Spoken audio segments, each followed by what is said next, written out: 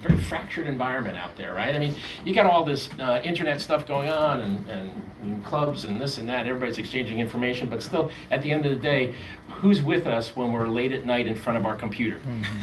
Nobody, just us, and you're making your own decisions, and feedback community is a very positive thing, and Adorama's always been excellent at that. So appreciate you being here, and we'll just rattle our way through some solutions.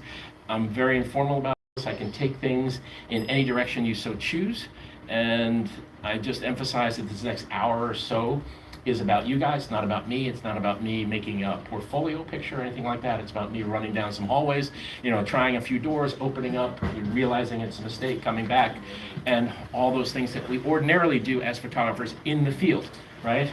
How many people here have ever made a mistake with a camera in their hands? Yeah. So that's where we are. Does anybody have any initial questions? Okay. All right. Well, thank you for coming. We answered everything already, Seth. So, anyway, we are blessed with wonderful talent. We have Jennifer Santiago with us, who's an extremely proficient medal-winning martial artist.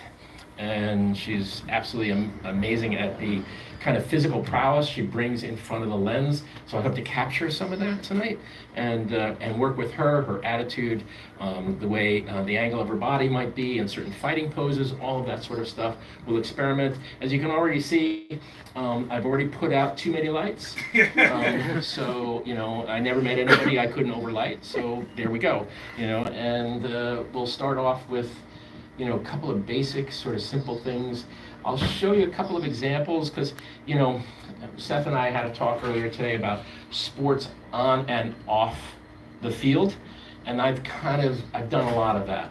I've shot hardcore sports, I've shot Olympics and all of that, but probably I'm I guess I would have to be honest and say far more interested in the people behind the sporting effort, the obsession, the drive for excellence, and sort of illustrating that or illuminating that and talking about perhaps sports as a concept or maybe an interpretive look at what a certain sport and how an athlete engages with it. We cool? Yes. Was that a question, sir? Oh, okay. All right. So yeah, sports on and off the field. I mean, this will be like 5 minutes. I just kind of so that's sports, right? That's action sports, right? Usain Bolt, Rio Olympics. This is controlled action sports. This is every single one of these women are obstacle course runners, but they participated with me in an effort for Nikon where we filled that trench with mud. I set the fire under supervised conditions in the background of the forest. I lit the forest. I had them run through a gauntlet of speed lights. There's a beauty dish suspended overhead as they charge towards the camera. It's shot with a 400 millimeter lens. Tough Mudder? Well, it's that type of athlete. Obstacle course, Tough Mudder. It rips on the whole Tough Mudder thing. There's splashing and mud and all that sort of exertion. My editor at Tokyo came back to me when I shipped him this picture, and he had a one-word caption. He just said, "Doink." But this is interpretive action. This is he runs a wonderful martial arts studio in Lower Manhattan, and he is extremely proficient, blades, etc. And so I'm attaching bicycle lights to the end of the blades, using stroboscopic, have a plexiglass sort of mirror underneath the lens, reflecting him up. I mean, it's fairly extensive. A shot like this literally takes all day. So as opposed to sports action, which is split second, if you look away, it's gone. So there's two different kinds of tracks or approach, well, many different, but I've always felt like, if I can get underneath the sport, this was the most fun story I ever shot in my history with Sports Illustrated, Indiana high school basketball. It was kids playing for the love of the game. It was also the only time working for Time Warner, crisscrossing the back roads of Indiana, that I actually made money on my per diem. Because I was eating at McDonald's for like 4 straight weeks. But timing is a lot of this. So is the speed of the cameras, quite honestly. Mark Henry, who could lay claim to the most powerful, strongest man in the world, 435 pounds, and he was a super heavyweight lifter for the '96 games, and then he went on to have a wrestling career. I said earlier today, I always feel like being kind of superfluous, which I am at an Olympics because I'm not the most experienced Olympic photographer in the world. So I figure somebody's covering the race, somebody's going to get the winner, so I'll cover the legs. I'll just do something interpretive and just cover the legs. And then for Tokyo, I was assigned to do a mood piece. And of course, it went off the rails because I'm shooting all this in 2020, and then the Olympics didn't happen until 21. But this is a legendary Japanese cyclist, gold medal winner at the games, and the busiest intersection in the world. This was a very difficult shot to do because I have, in the middle of this intersection, I have two assistants with strobes, and she's stationary on the bike, and I'm trying to find a little window in between the thousands of pedestrians that roll across that street. The sprinters breaking out of the gate, shadows, the hands of Ronnie Coleman. I always find that the hands of an athlete are very telling.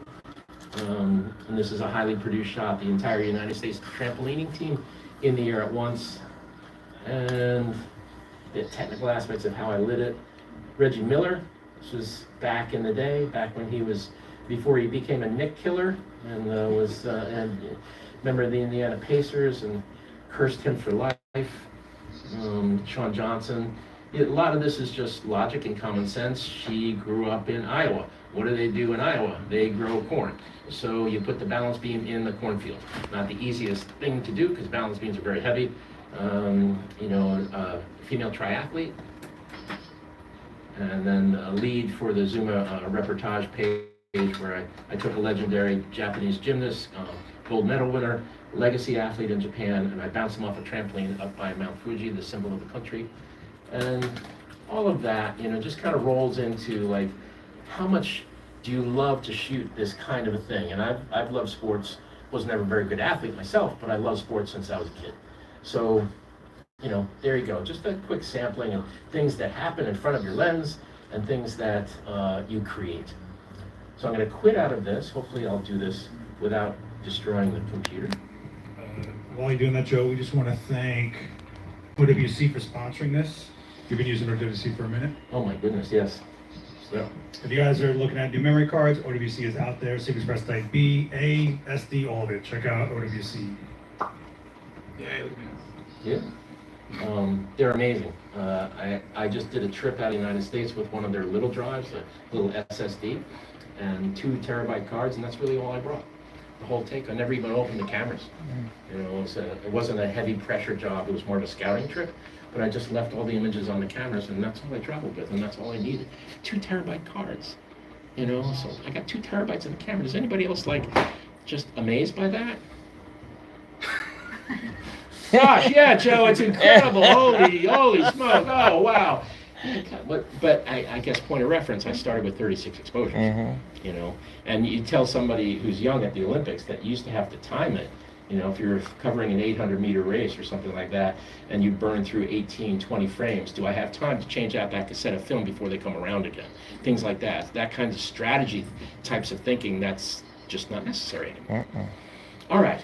How about I introduce Jennifer, who is wonderful. How about a round of applause for Jennifer?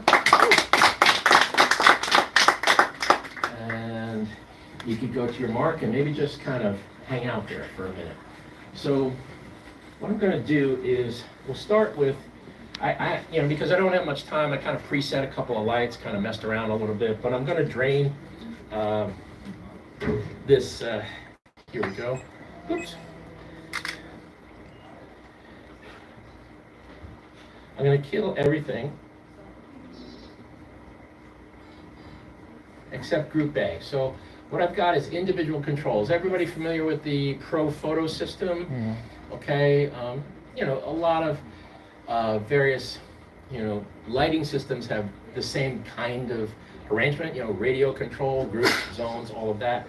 I work with Pro Photo, so it's pretty simple, pretty straightforward. You pick a channel and you put a light in a group in it. So this one here is group A, B, C, D, and E. And we'll just turn them on in turn and see what they do.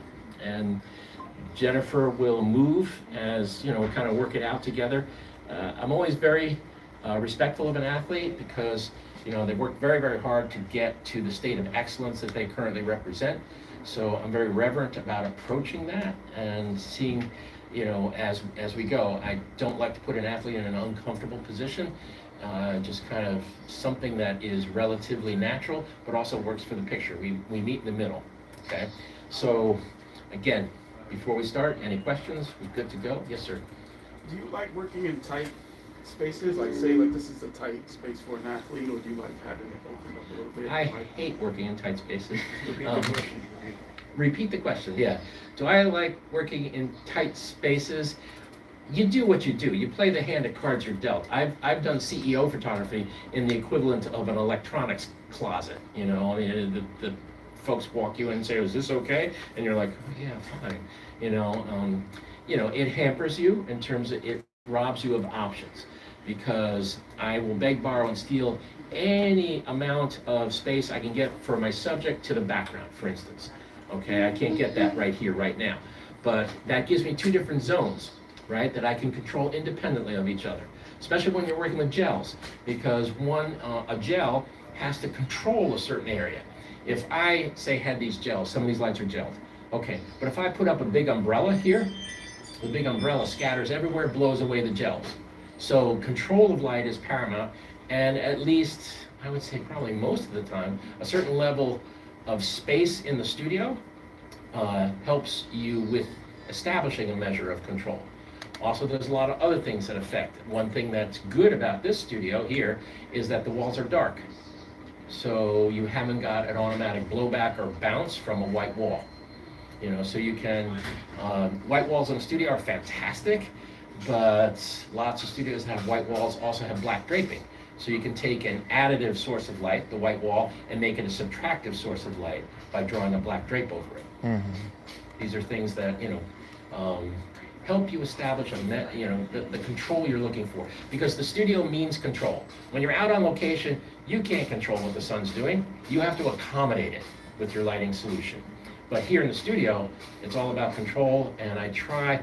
The very first thing I did tonight, okay, is I blinded the camera, right? By my f-stop shutter speed combination, I made all of this go away. So let's start there. All right, so if I just do this, that's Jennifer's in there somewhere. I've stolen her soul. So my f-stop shutter speed combination is currently 1,000th of a second at f2. Okay, so I have minimum depth of field, because the whole photo world has gone crazy over bokeh, right? You know, the out of focus stuff in a picture. That's not so paramount for me tonight. I'm going to adjust my f-stops here and there, because I got nothing in the background to throw out of focus, you know? I don't have Christmas lights or any of that kind of hoo-ha that you see a lot in various photographers' representation of lack of depth of field. Did I make was that a value judgment that I just threw out there? I'm sorry, you know, actually I'm not sorry at all. So, okay, anyway. All right, so I only have one group active. That would be Group A. All right, so no real pressure on this. This is just a piece by piece, Jennifer, so your relaxed position right there is totally fine. That's excellent. You look routinely amazing. Okay, so, all right, so there you go, right? That's one light, and what I've done with these lights, there's a deep blue gel on this 1x3. When I'm photographing athletes, I do really like stripped softboxes. Okay, everybody know what I'm referring to? Long, narrow, skinny softboxes. Because it's like drawing a line of light along the human body, especially if you have a really defined human body that's accelerated in the realm of musculature. You can really, really just outline that body with a hot line of light or a color or something like that. And with grids, you can see the grids, the light hopefully doesn't go anyplace else.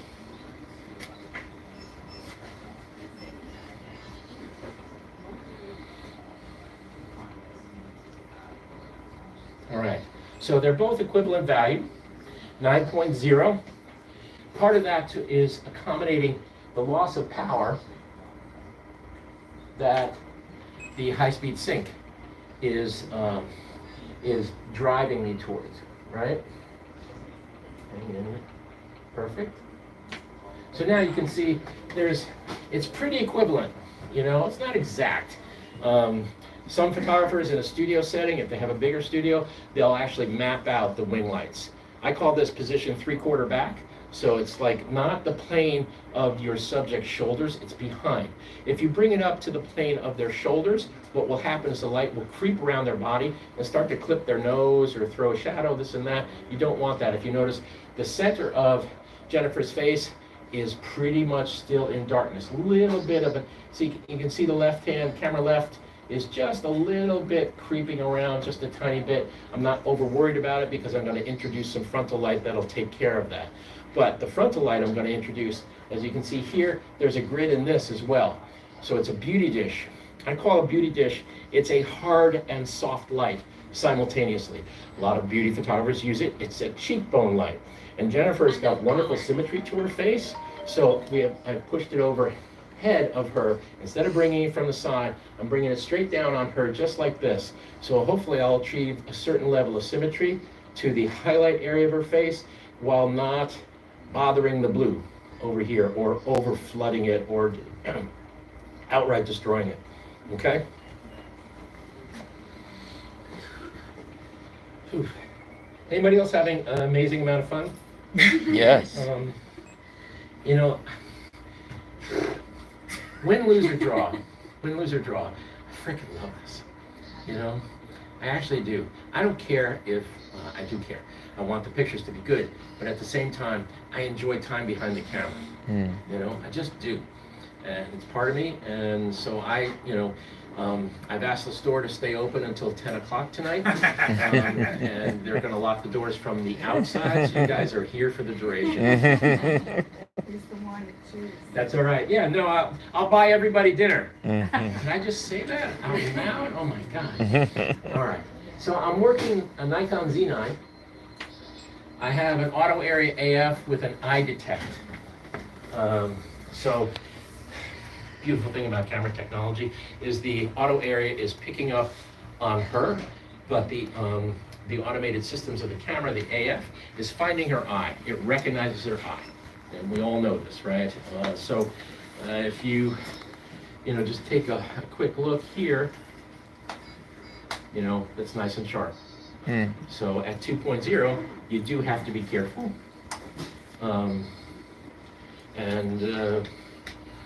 I would not trust earlier AF systems at 2.0. I would probably take control of them a little bit back in the day and photograph manually if I'm that skinny on depth of field. But now the technology of these cameras is pretty darn accurate. It really is.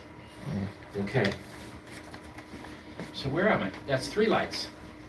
All right, let's stay there for a minute. Now, there you can see one of my lights over here creeping in a little bit. I'm gonna adjust this just a tiny bit. Push it back. As you can see, everything I do up here is absolutely precise. Completely mapped out. No, there's nothing left to chance. All right. But no, that's the thing. Is you have to follow your instincts, throw a dart at the wall, get started, and then bounce back from when you make a mistake. So I think we're doing pretty well. So Jennifer, could you maybe strike a bit of a fighting pose for me?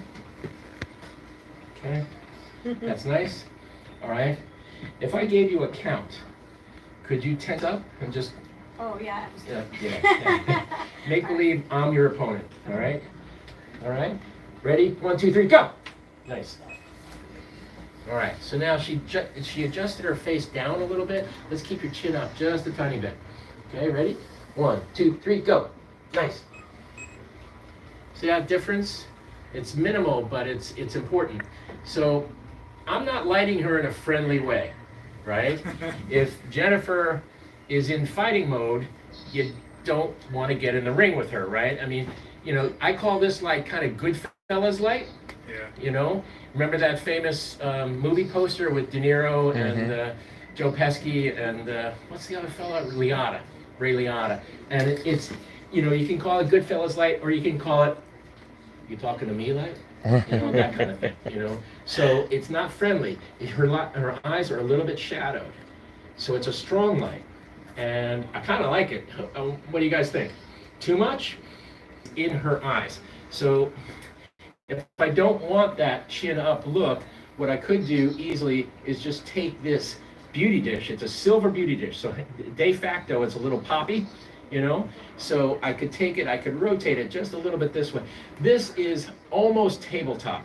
We refer to that in the studio as just a flat out, you know, just 180 across the board here, straight line, tabletop analogy. This is slightly kicked. If I kicked it a little bit more, I'd get more light into her face. But what we are going to do is we're going to fill her face now with this light. This is a Profoto A10.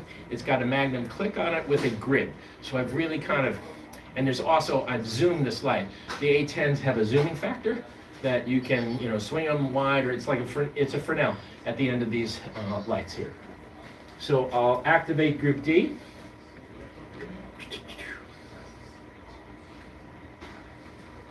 Running at a fairly low power. Now you can come right at me with your eyes. Okay, let's go back to a fighting stance, please. Nice, good look, good look. That might not have gone on. I think that's fine.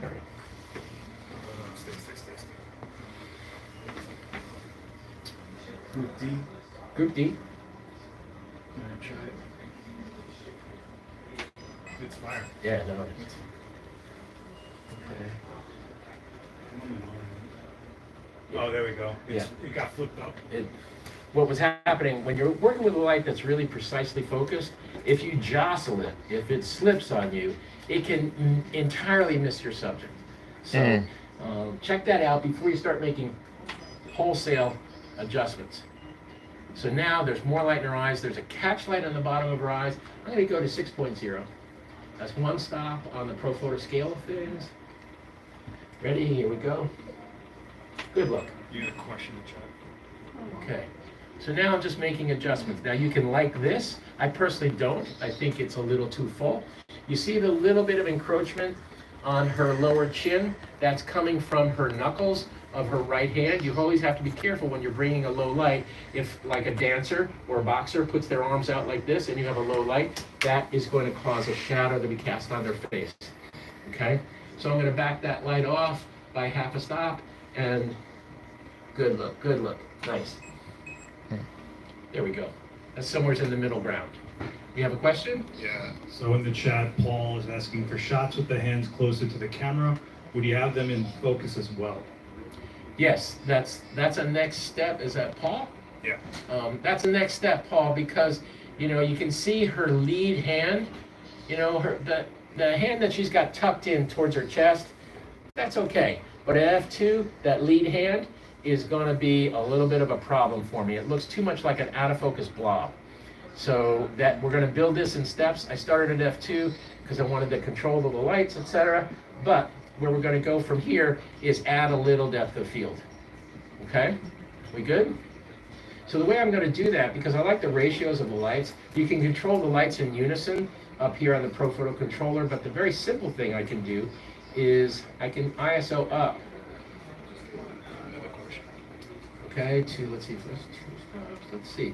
All right, let's try this. I'll get to that question in just 1 minute. I'm going to go to F4 now and see how we do. Beautiful, beautiful. Lovely. Same ratio of the lights. You can see the hand up front is starting to take shape a little bit more. You know, I haven't got too much leeway on the lights right now because on these background lights, I'm almost at full power. But there's other things I can do. What's the question, please? So in the chat, they're asking, how much do you encourage your model to look at the images as you shoot, and can it be a problem? Yes and yes. I like to get somebody participating You know, I mean, obviously, if my first few efforts are a horrendous mistake, I'm like, you just relax a little bit. You know, if I have them on the set, I'll call for hair and makeup. Hair and makeup are wonderful, you know, because they really want to do their job. They're like hovering on the edge of the set, you know, and you can call them. They're almost like Navy SEALs with makeup. It's like if I need a break at camera, I'll just call for hair and makeup. She doesn't need hair and makeup. I need hair and makeup. I need like 3 minutes to just kind of collect my thoughts, figure out what the next thing, because the hair and makeup people are ready to go. Like, oh yeah, can you just fix that little, that thing over there? Like, all right, and then the hair person is on your 6, and they're fussing, and you're like, okay, just breathe, Joe, just breathe. You can get through this.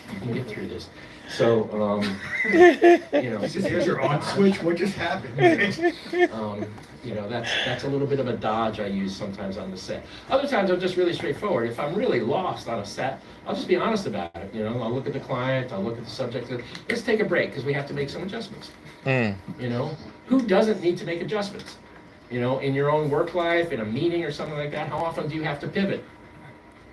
Yeah. I mean, so there's no law of nature that says photographers can't do that.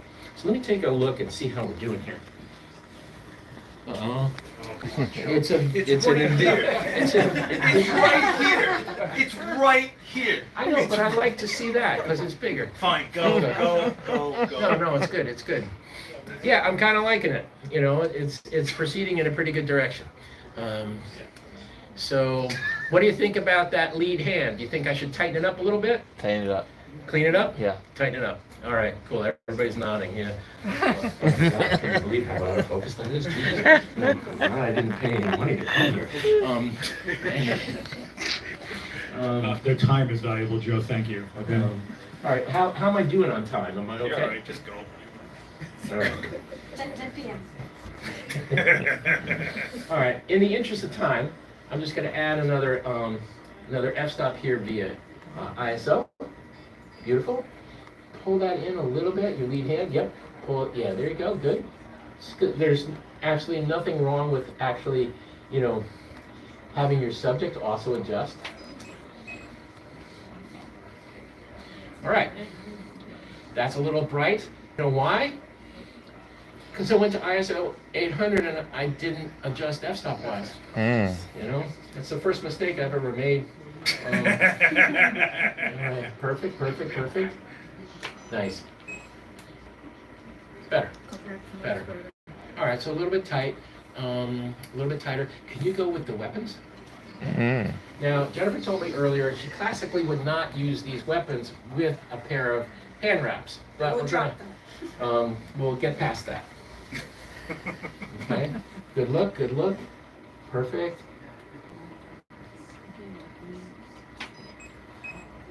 What I like about what's happening here is that the weapons are picking up the blue glint, and I'd love to move this light back just a tiny bit. I can't do much because it's right up against the wall here, but I'll give it a try. Okay. Everybody doing good? All right. You want to scoot her over? I'll move the dish for you. Let me see. That might have done it. I'm actually not worried about that. That little bit of sliver. That's an easy sort of. You can just black that out really easy. I'm working on black, which is super simple. So let's give this a try. Okay.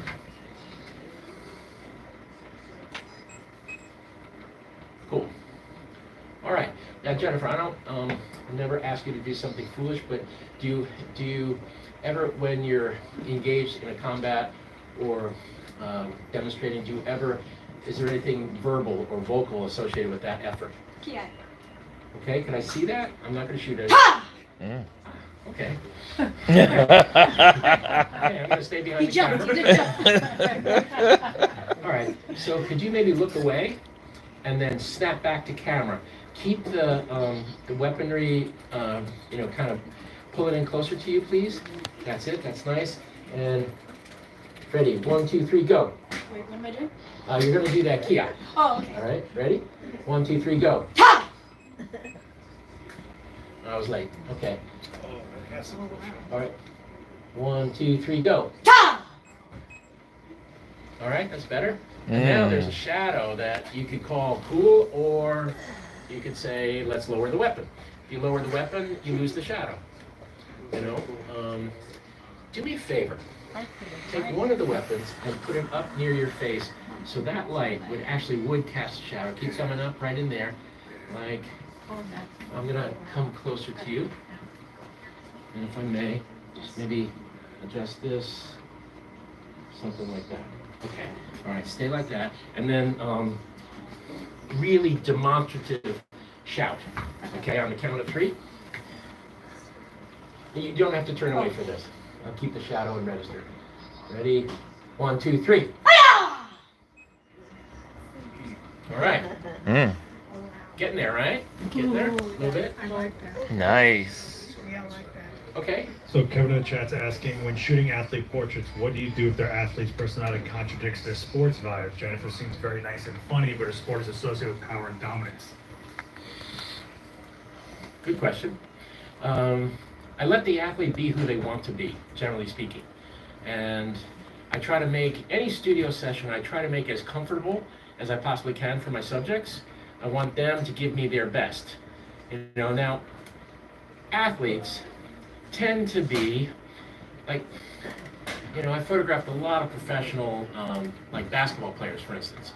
And, you know, they're getting ready for the game, you know, that night. So they don't really want to be bothered with a photo session because it drains their energy. They want to relax, and then they explode that night on the court. That's where they make their money. So a photo session, oftentimes, for somebody who's in season, is kind of a pain in the butt. So you have to really be efficient, you know, and assure them that you'll spin them out of there. I've shot covers of Sports Illustrated in less than 5 minutes. You know, you just turn it around. You're ready for them to go. You know, and you turn it around extremely quickly. Does anybody remember, what was his name? Vince Carter?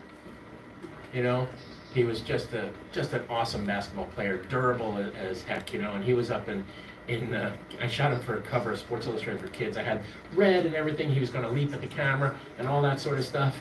And he was just absolutely like, you know, okay, bounce the ball, you know. So I tried to get him fired up. And this was back in the day with the Knicks. I looked at him and I said, would you get angry at me if I told you I actually liked Patrick Ewing? He was like, all right, it's on. You know, and he gave me like 2 or 3 good leaps and we were done. You know, you got to be innovative at the camera. Hold the weapon like right up close to your face. Angle it. No, come back, sorry. A little higher. There you go, right there. Okay, bring that one in closer, please. Nice, nice, nice. Perfect. And scream on 3. 1, 2, 3. That's pretty nice. Nice. Yeah, that's okay. I mean, you can like the shadow or not, but you can see how easily you can adjust it. If she drops the weapons a little bit, the shadow goes away. Okay? Now, let's do this. Let's get into some serious trouble. And I haven't turned this light on before. That's the light in the background there that may or may not be active right now. Give me just a sec. Probably needs a position adjust. Okay.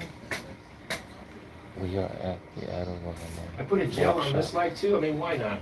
You know, have some fun. If you're not having fun doing this, stop. You know, because it's just too hard and frustrating to do if you're not really enjoying it. All right, I'm going to start that light off at 5.0, which is right in the middle of things. Here we go. You don't have to scream or anything. This is more of a test. Perfect. And there's a little bit of glimmer of that light underneath her chin. You can see it there, but it's not over big. Let's take the grid off, if you wouldn't mind, Seth. Thank you so much. Careful, careful. And is it really pointed at the back of her head? Nope. Well, there you go. You know, it was pointing towards Piscataway, and You want it just straight in?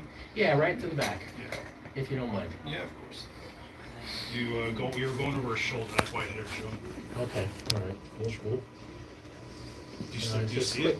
You can just relax. Now we got a little bit better, so we can blow it a little bit more I'll put a stop and a half. I'll put 2 stops in it. Let's see. Nice. Okay, here we go. Beautiful. Lovely. Okay, so now we got, I'm playing a little bit of color wheel theory. I put a little bit of a warm glow on the back of her head and hair. So let's see. Can you bring them up to either side of your face, or is that completely ridiculous? Pull them back in. Yeah, there. Cool. No, Frankie. Sorry. You don't have to scream, but please don't smile. Unfriendly, Jennifer. All right, here we go. Cool. All right, that's it. That's better. Nice. Perfect. That's kind of nice. Not bad. Beautiful. And it's a nice, Jennifer's going to get these pictures at the end, so it's nice because it says Jennifer Santiago right there. Very cool. Now, again, light in the eyes. Do you think she needs more light in the eyes?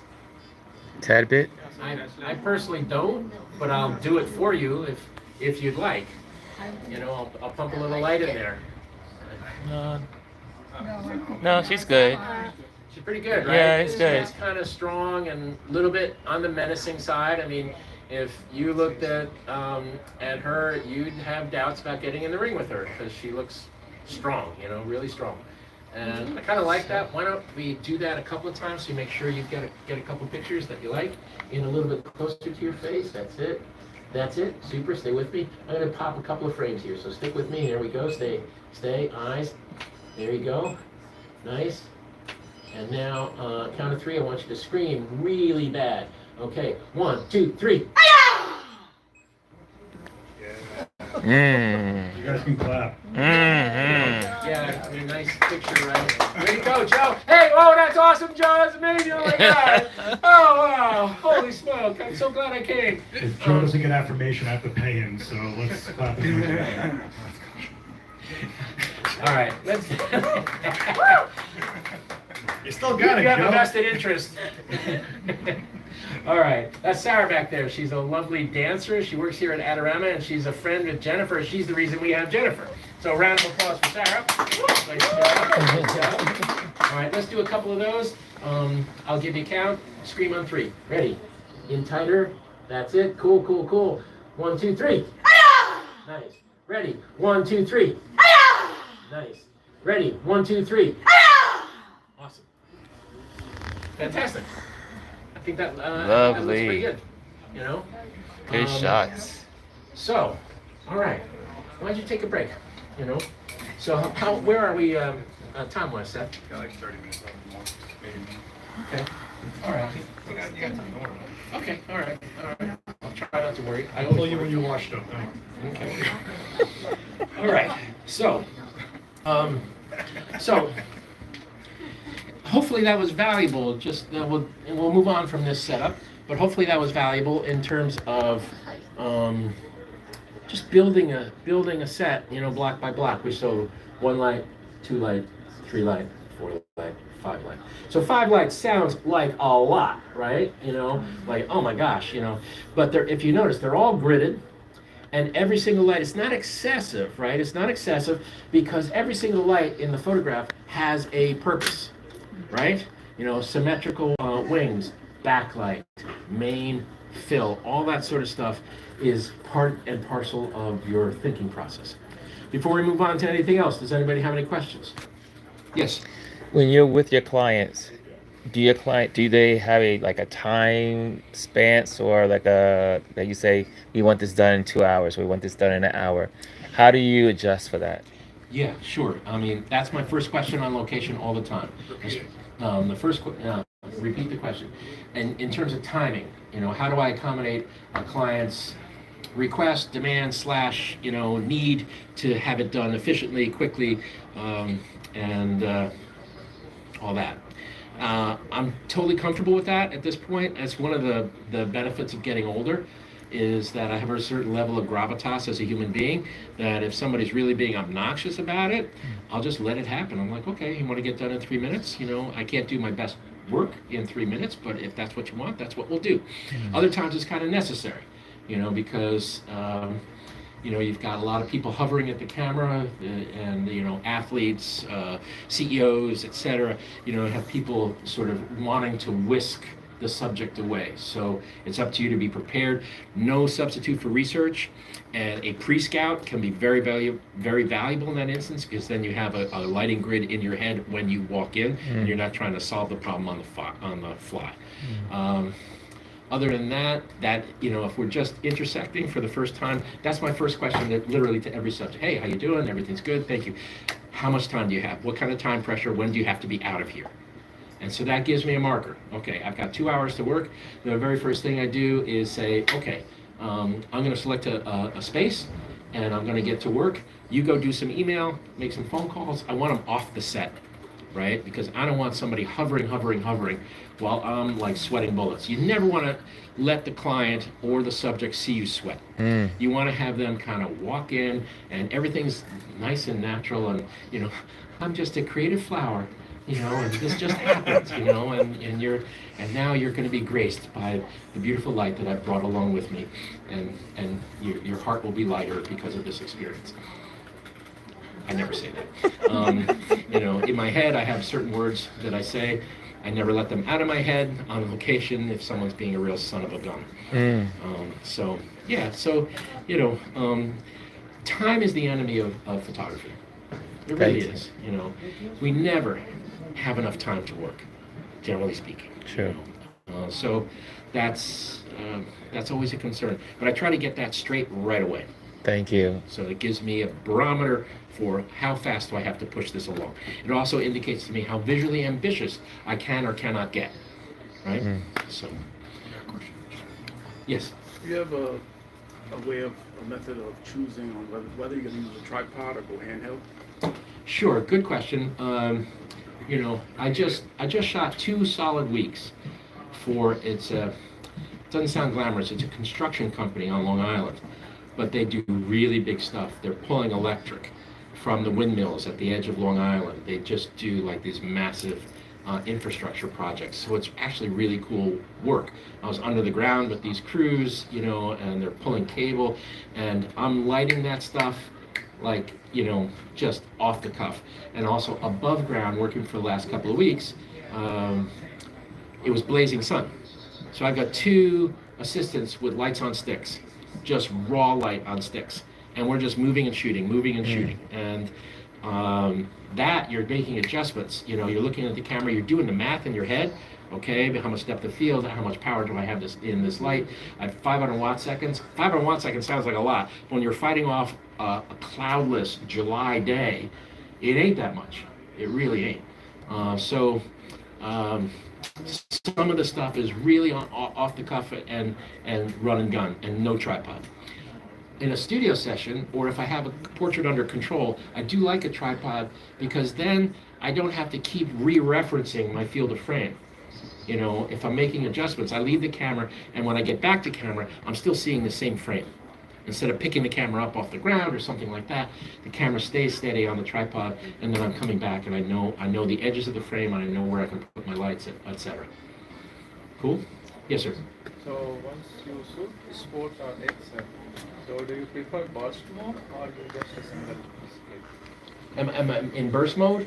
Sports or excel? The question was about, am I in single or am I in burst? When I'm using flash, I'm in single mode. Generally speaking, it just makes sense, because if you're bursting the camera at any sort of fast rate, the flashes will not keep up. Especially I work battery operated most of the time, just not going to keep up with it. So when I switch into flash approach, I'm going into single shot, which is limiting, right? Because if you have an athlete coming and leaping at the camera, you have one picture, So, yeah, and if they're on, the very first thing I ask an athlete too, outside of the timing and all of that, is when they're doing something energetic, I ask them, how many of these do you have in you? Okay? And sometimes it's surprisingly little. You think these folks are supermen, super women, just can do anything. That guy Mark Henry, I showed you his fist. I shot him nude, and he's got his underwear kind of tucked up. I shot the '96 Olympic team in the nude. It was scandalous back then. Now being naked as an athlete is kind of you know, everybody does it. But I ended up on the Today Show and all of that, like, oh my God, this is, you know, I'm like, yeah, I asked them to take their clothes off, you know, they're beautiful people. So Mark is hiding his underwear with a 45-pound plate. And I'm making pictures, and I think it's really great. I'm making pictures, and like 15 minutes into it, he goes, "Can I put this down? It's kind of heavy," you know, because I totally forgot. You know, as strong as this guy is, 45-pound weight plate is heavy. You know, so you have to be conscious of that too. You know, oh gosh. Anyway, is there a question on the? Yeah, you got a couple questions in the chat. Also, there's like 200 plus you in this chat, and not as many likes. Helped you out. He feeds his family on likes, but. They want to know, did you plan the black wardrobe with a black background, and they also want to know how you picked your colors for the gels. Okay, the black background came from the notion that I was originally going to do a multiple exposure tonight, but I'm not, because I'm tethered into my computer, and that grays out the multiple exposure aspects of the agenda, you know. So I thought, well, it'd be cool to do a multiple exposure, but I have to do that interior to the camera. Because the camera processes the file, not the computer. So I chose the black background for that. The black gi was just kind of the gi, right? You know, pretty much. And so again, it's about playing the hand you're dealt. And that actually drove me to a good point in terms of, okay, black gi on a black background. All right, what do I need for that? I need separation. So that began my lighting grid. If you noticed, the set that I started to create, I worked from the back to the front, which is not my usual way of working. This is Group A. Group A is usually my main light, which is up by the camera. But I built this set from the back to the front because I realized the very first thing I needed was to separate that black gi from the black background. Cool? And then the color selection, I don't want to say it was random. I mean, certainly the yellowish, orangish light for her hair was driven by the fact that the rims are blue. So I'm playing with the color wheel there. This light here is white. This is white light. There's no gel on that. And there's no gel on this. And that's that. Yep, so I have essentially just two gels in operation. Two families of gels. Cool? All right. So, Jennifer, you're being very patient. So let's do this. Just got a bunch of questions again. All right, well, I'll try to answer on the fly as best I can, but I want to get another setup done for all these amazing folks who came out. I'm gonna break down in there. Let's see, can you pull the blues off of those two? Yeah. Thank you very much. Appreciate it. And when you know, I try to be religious about this. When I'm taking a light out of play, I try to make sure I shut it off, like really shut it off.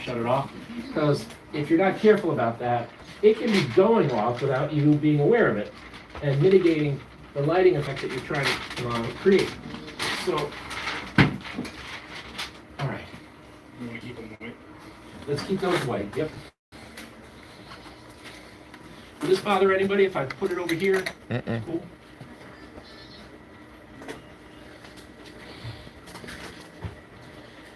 All right. Let's see. Hey guys, you are at Maybe the get on your mark Adorama right here.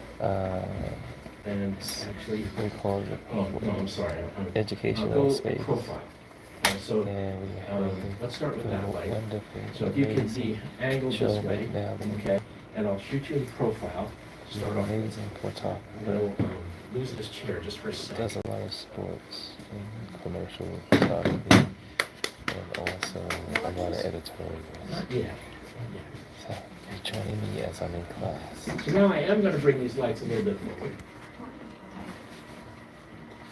Nice thing about a strip is it does put a narrow strip of light, but if you think you need more light on a certain area of the face or the shadow side of a face, they pivot.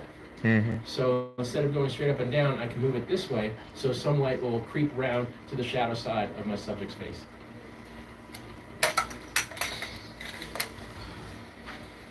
While you're doing that, Joe, they're asking if you have a preference on the brand of gels you use.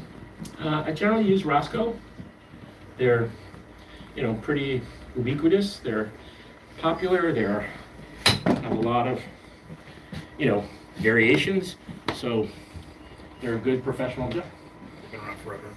And they've been around forever. That's true. And Someone's asking, how do you determine how many assistants to bring for a shoot? Budget. That's pretty straightforward. I've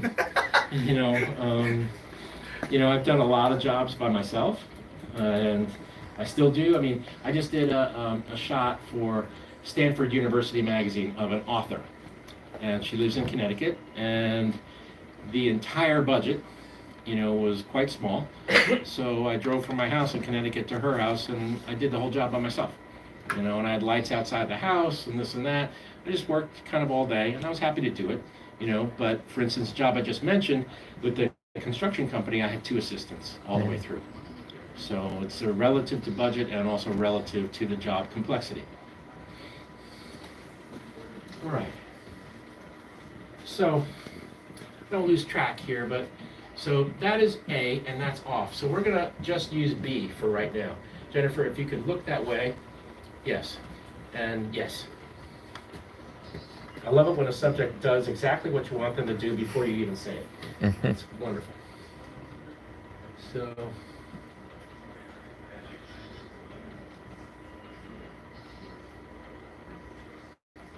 this is going to be too much light, and let's give it a try.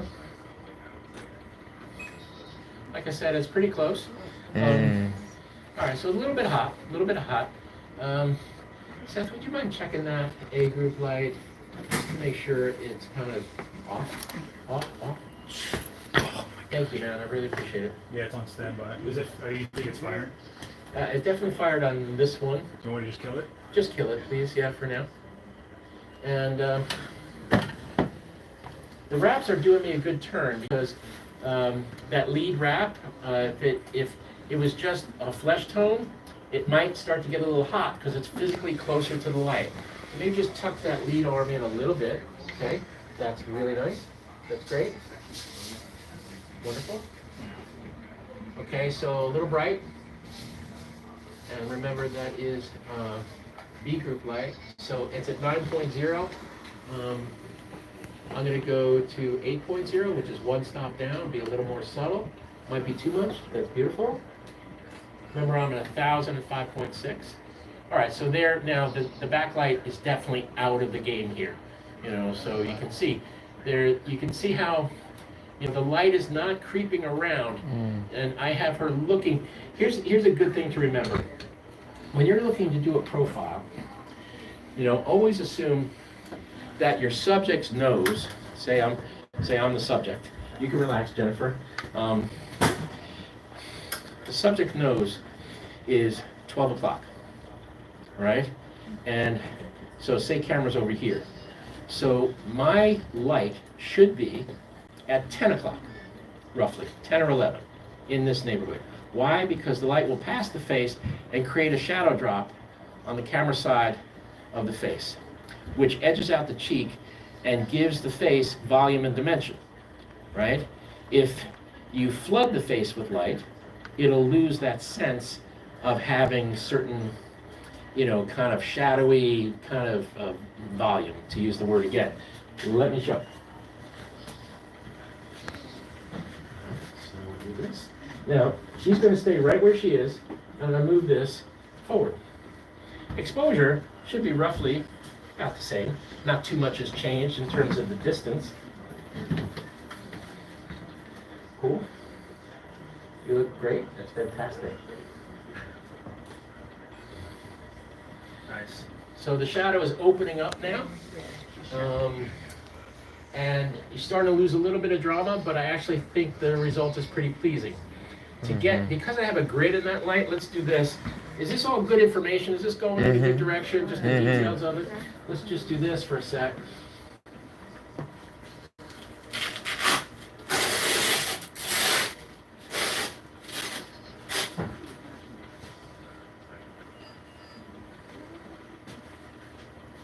Now, that light is definitely going to be brighter than what you just saw. Nice. Because I stripped the grid off, it opens the shadow even further, and light loses, I think, a little bit of control, a little bit of charisma. I could get away with it if I just toned it down. 7.0, nice, perfect. What do you think about that? Mm. You know, that's got a nice feel to it as well. If I was on a set that there were reflective walls, I would put the grid right back on. Because right now with ungridded light, it's gonna fly all over the place. But here, the light is traveling that way, it's got nothing to bounce off, so I'm not over concerned. I still haven't got kind of the feel. I think it's mostly because I wanted to show this. So I think it's mostly because I have this light angled forward. So let's do this. Push it this way. And scooch back just an inch or two. Okay, there we go. See what happens. Okay, perfect, perfect. Nice. Well, resolutely, that shadow remains. I wanted to kind of blow it away. Let's see. I'm trying to screw up here. You know, I am actively trying. Mess with me, son of a bitch of light. Hey. Hey. Ah, jeez. All right, so you still got a shadow, but be careful of that, because if you drop your subject into the field of the light, the more dramatically you push them into the broad nature of the light, they'll start to lose that defining shadow that is part, I think, parcel of a good profile light. So, okay. I can't lose. All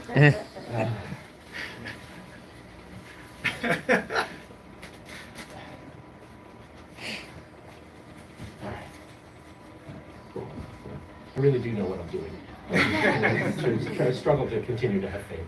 All right, so this is not in a bad position, actually, because it's going to be a shoulder light for her, kind of hit her braids up in here. And her braids are really beautiful because there's this, again, like this symmetry, this graphic nature to them. So putting a light off of them would probably be a cool thing to do. I've got a question. Okay. They're asking, what do you think about knocking back the harsh shadows for female athletes for more flattering light?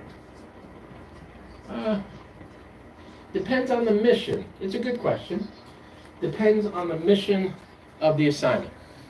If it's a natural thing to do, I mean, you can just relax. It's a natural thing to do to photograph a fighter to look like a badass, right? Kind of goes with the turf, right? You're not gonna, use the light you would use for a newborn for an MMA fighter, right? It's a disconnect, So, but if many, particularly female athletes, also male athletes, are just unbelievably beautiful, and lots of fashion magazines reach out to them, and other magazines that are not necessarily sports driven or assignments. Gabby Reese, does anybody remember that name? Female volleyball player, phenomenally beautiful. And I photographed her years ago, and it was an article for Life on strong women, and they wanted a concept-driven photograph. So I had a prop volleyball made in Los Angeles, huge, like 8 feet in diameter, inflatable, and then I got fishing line and high buoys, and I strung the fishing line this way and supported it so she could get under it, and I took her out to a dry lake bed, and she's in her usual kind of beach volleyball outfit, bikini kind of thing, and she comes underneath the ball, and I posed her as Atlas. Wow. And it's a lovely photograph. She loves it, and I've sent her a couple of prints over the years. But there's a concept where I was really trying to make the athlete not only look strong, but also look absolutely beautiful. So it really depends. You have to back your solutions out of the assignment. Everybody's mad for limited depth of field, right? Okay, fine. For a moody picture of, a writer of mystery novels, maybe you photograph it in a bar, with limited depth of field and kind of murky and moody and stuff like that. If you're photographing a CEO and you have Mr. or Mrs. Big Shot outside the corporate headquarters, you're not going to photograph minimum depth of field because you're going to want the building, you're going to want the signage. You want to know who they are and what that orientation is.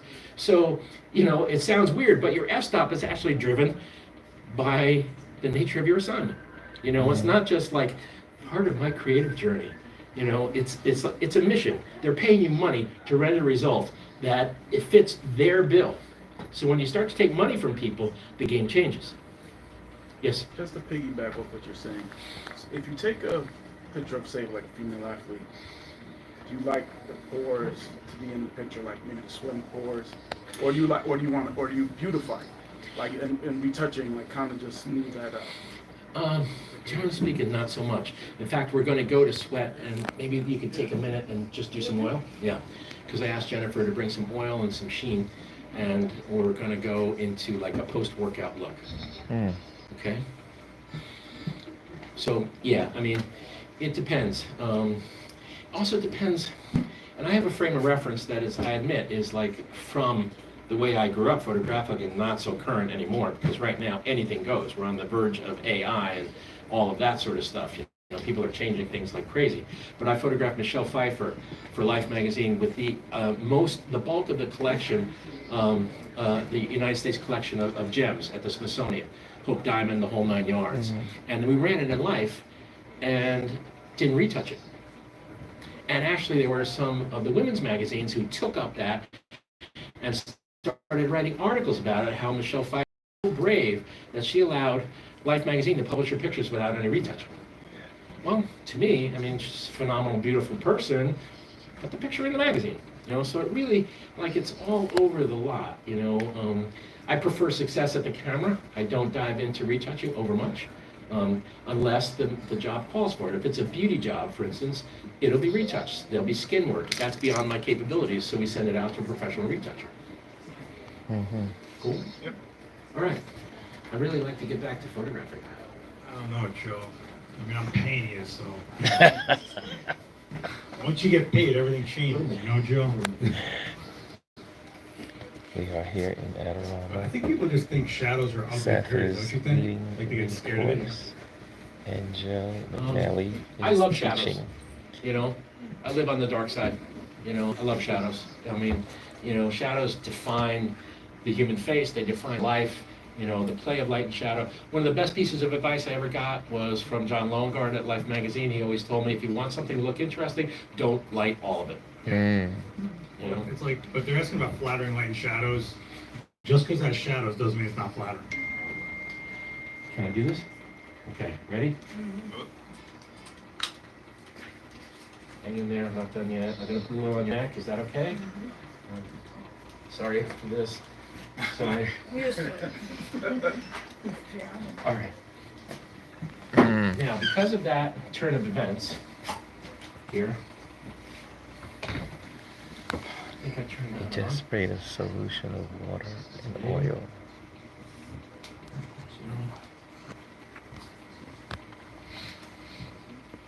All right. Again, fighting stance that way, please. Okay. Can you bring your fists in really close to your chin, like you're protecting? Okay. Cool. That's great. Perfect.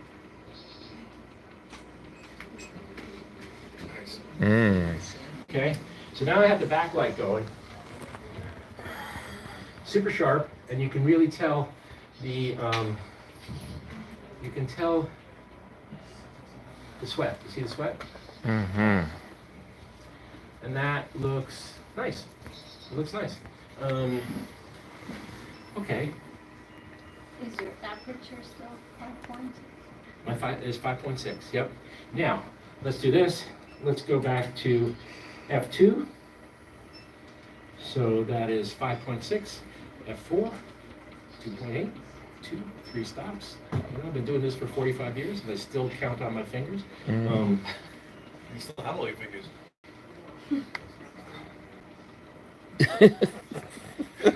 That was cruel. What just happened to you, Joe? All right. Now, again, super tight with the fist. Okay.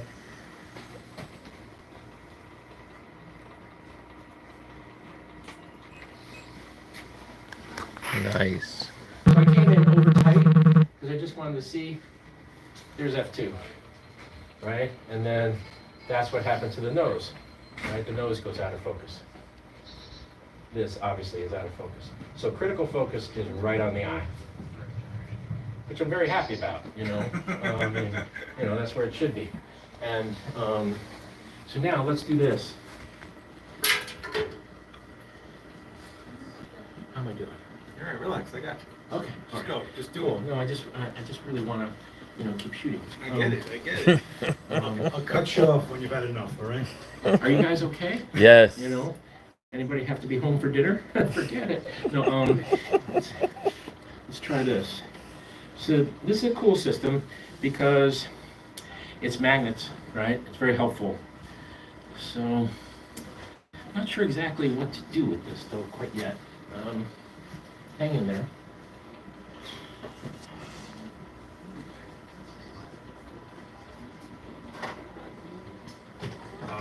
They're asking, so oil was applied to her skin first, then water? Yes, you want to do that first. There's different types of oils. Lots of hair and makeup people swear by different styles in terms of making sure that the water beads up, right? And doesn't become like sluicing down someone's face like you would if you went over and got tap water and threw it on somebody's face. It just kind of, but if you have some oil on it, it will resonate a little bit and pop up and kind of bead on the face and really look like sweat. That's I agree, 51.2 ones? Yeah, I've shot the whole night so far with the 51.2. They're telling you to call for hair and makeup so you can have time to work. Yeah. So, all right, so let me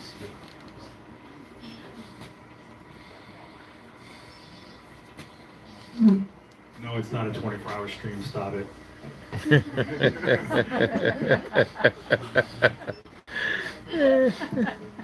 You want? We can do it at my studio. You want to do it? You want to go distance? We'll do it for charity. You want to do 24-hour streaming?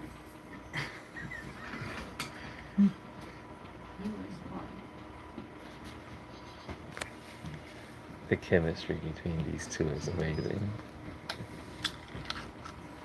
They're asking if that backlight is a grid. Yes, the backlight has a grid. It has a click magnum and a grid on it, and it is group D.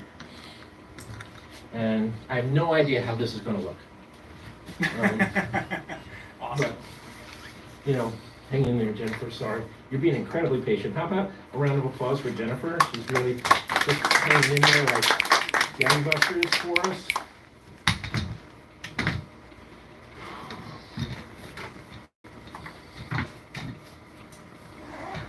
I do actually also use my tripod a great deal when I teach, because when I'm turning away from the camera, I don't want to put the camera down on the ground while I'm talking, leave the camera on the tripod.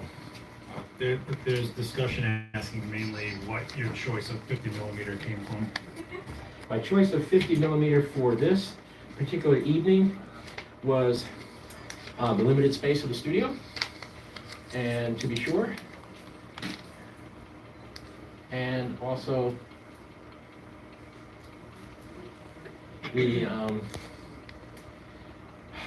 the access to limited depth of field. All right, and that's 7.0. I'll shut that off. Okay, that's looking very good. Hang on. Sorry to do this to you again, Jennifer. A little refresh. And also, athletes, when they sweat like all over the place, right? I mean, boxer in a ring is like, boxing is literally one of the most exhausting sports you could possibly engage in. Yes, Omar. The lights are pro photo. Cool. Now I have my light in the picture. That's generally speaking a no-no, but I just wanted to see whether it works or not. Does anybody think that works? A little too much? Looks like she's wearing a hat that's red, perhaps. Okay, let's do this.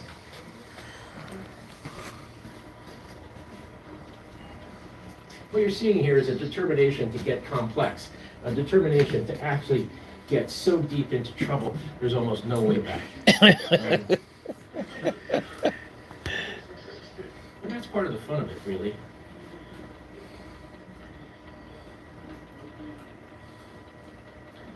Now, could you put your fists up in the position? So maybe, just maybe, it might work if I do like a little glimmer of a light off of her forearm here. Sorry. All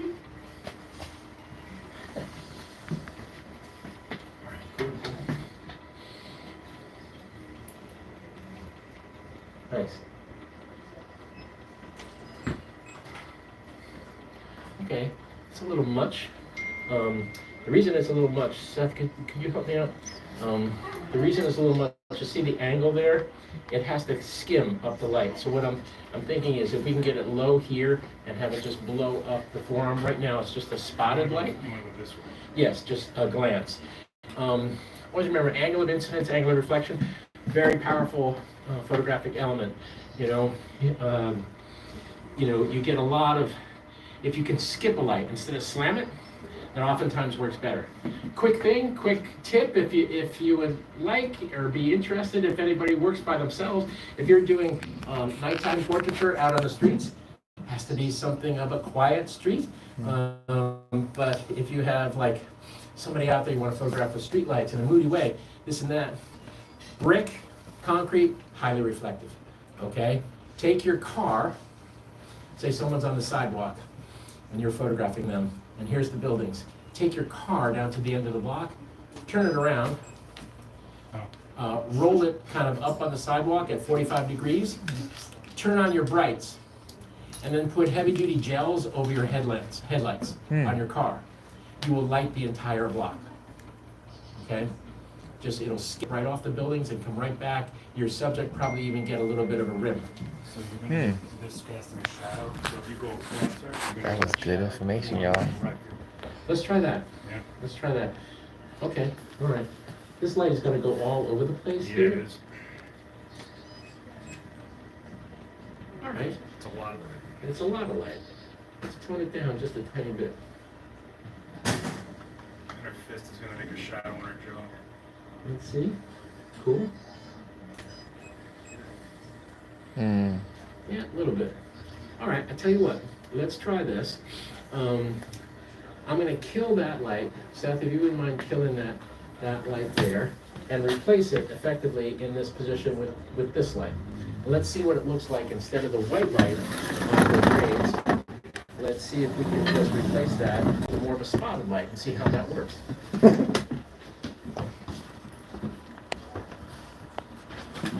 Thank you very much, Seth. Appreciate it. You want to do it like a 45 or like you Yeah, want to like- hit more like- here than here? Yes, let's hit more of her shoulder and her back.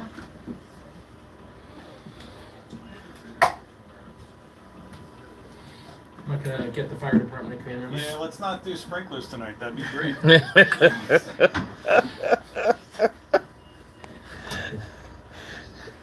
All right, so I'll leave it up to you. You want to do it back, yeah? Yeah, just the back. All right, ready? Fighting stance. Here we go, here we go.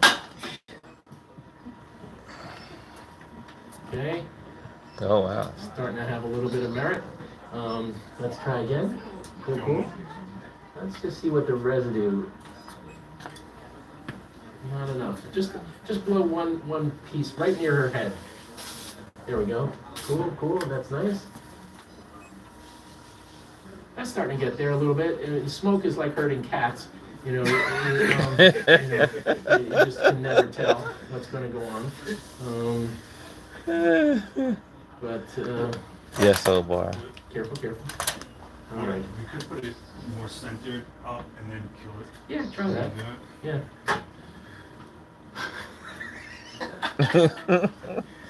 Yeah. Joe. Show has Seth working today. Maybe take the grid off of it. Yeah, I got you. Let's see. Watch your eyes, Seth. Watch your eyes. Oh, come on, Joe. Come on. That's all right. That's all right. That's all right. Cool, cool, cool. Yeah, but now if you light the fog, Let's see.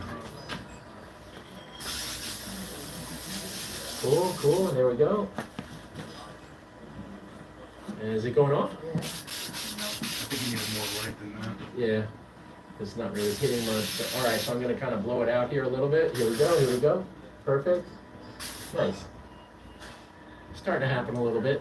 Now, if we put a different gel, say with that light here, let's just try that for 1 second. That'll be the last thing I'll do. Let me change this real quick and try one thing before you do that, right? All right. All right. What are you gonna do, Seth? You got me nervous. I'm gonna light to her shoulders, but I'm gonna fog it, and then it'll hit the fog. Yeah. All right. Everybody get that on the air? We're gonna hit the fog. Hit the fog. We're gonna hit it so bloody hard it's never gonna recover. Swear to God, fog will never be the same again. Ah, Joe.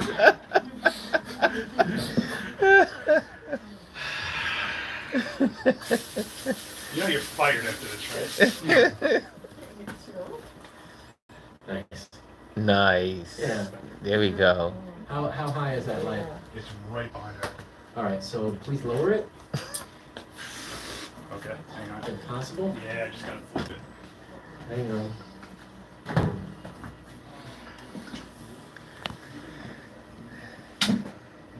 The work that goes into a good photo. You wanna keep it straight? No, I like the angle of it. I like the angle of it. Is everybody enjoying themselves? Yes. This is illegal in certain states. What we're doing here tonight. Thank God. You know what? Why am I flipping this thing?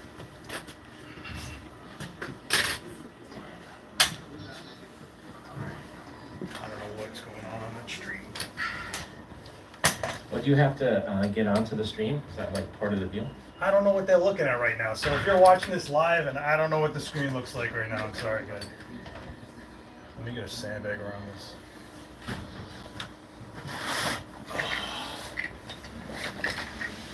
Guys, you are live with me live at Adorama's workshop Thank you. Almost Here done, in Jennifer. Manhattan. Almost done. with the great Joe All right, here we go. One more McNally, time. Ready? showing us how to shoot sports.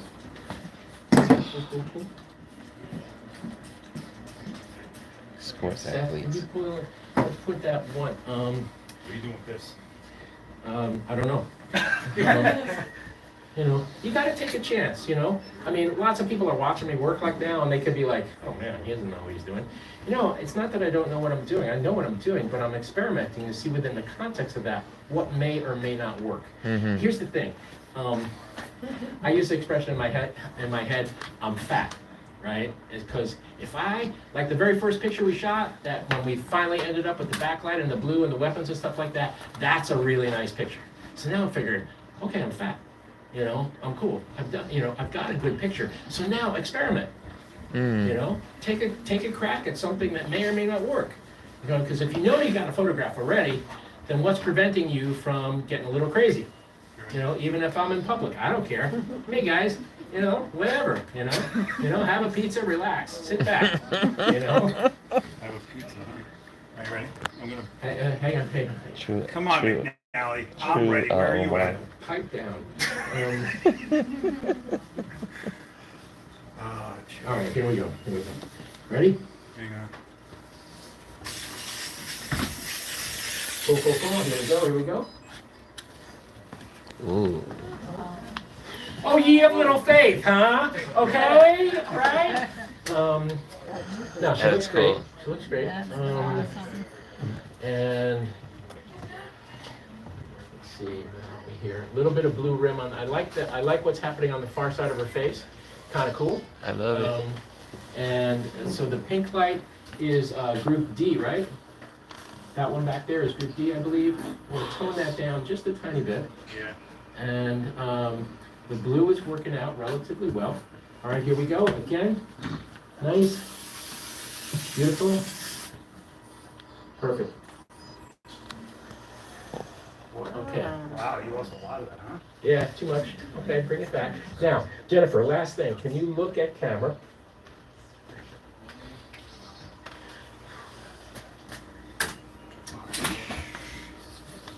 Oops.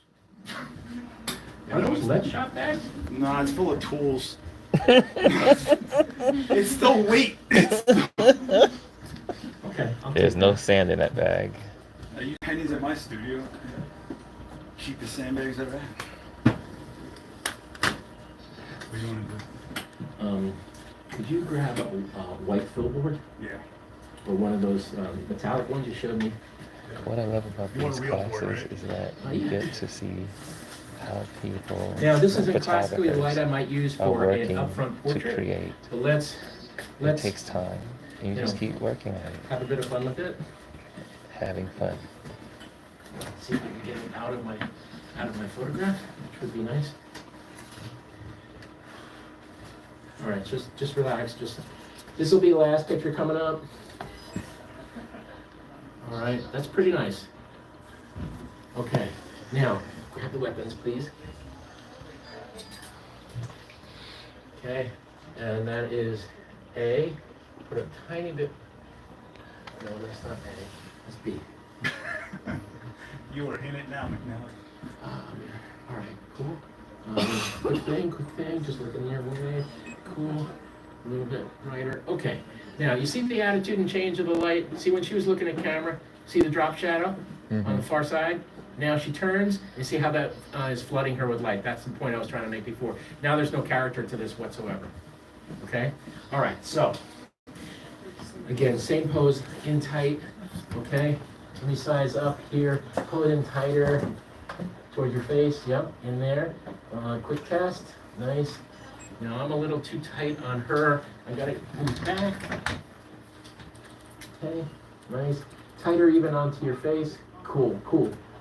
Now I've got my background light in the photograph, but I'm not gonna mess around too much at this point, it's late. Seth, the pink light in the back is what group, please? D, I think? D, David. D is in David. Okay, I'm gonna make that a little stronger. And, okay. All right, let's smoke it up. Sorry. What do you want to do with this? I wanna have it scoop it underneath this. Like this, right? Yeah, exactly. Silver though. Silver, yeah. Someone's phone was All right, off. here we go. Lots of smoke, lots of smoke. There we go, there we go, there we go. Okay, All right. Nice.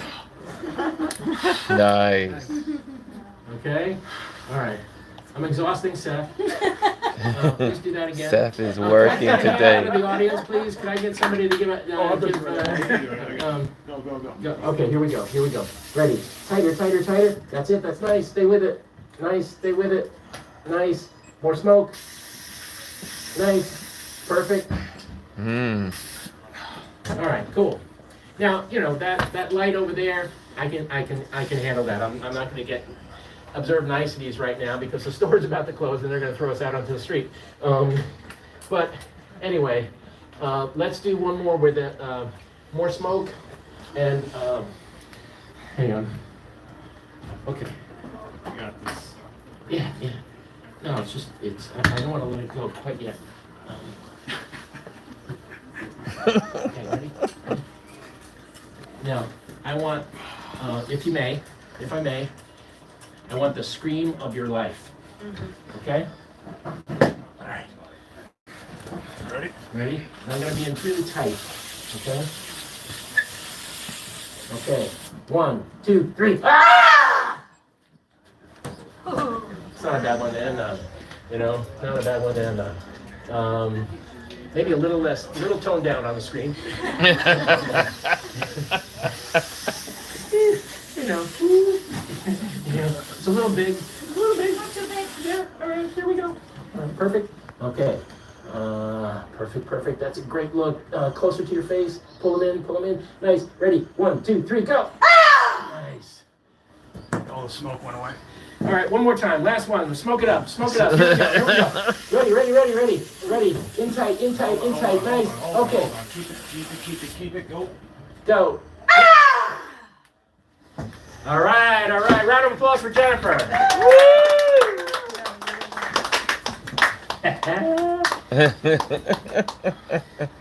So, all right. That was awesome. All right, we'll keep you, Joe. All right, thanks. So everybody have fun? Yes. Cool. All right, nice of you to come. Appreciate it. The store appreciates it. Thank you, Adorama. You know, anybody out there? Teresa, she had a tremendous hand in making all this happen. And one more round of appreciation for Jennifer. Thank you. And a round of appreciation for Seth Miranda. Yes. Last ex-witness. Don't forget to stop in the store and buy stuff.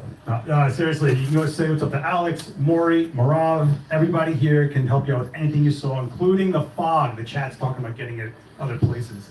Crazy, right? Nice. You got free content here, kids. All right. All right, everybody get home safe. Thank you for coming. Thank you. Thank you, everybody. And hit subscribe. You think you're subscribed, you're not. This isn't the main channel. Hit subscribe. Bye. Okay, guys, that was wonderful. I'm going to do some selfies with Joe and just hang out with him. And I will talk to you guys later. Thank you for joining me at Adorama, one of my favorite stores to buy my supplies from and my camera equipment. I've been with them for years, ever since I started this journey. This is like being in old times. I used to come here every day at lunchtime, every time after work for these kind of lessons. And this is how I learned how to do photography. It's these classes that make you a better photographer. And so that's what it's all about. You have to keep learning. You have to keep learning more and more. And also, things that you may not do. Like, I don't do this kind of work, but you know what? I learned so much in case I happen to do it.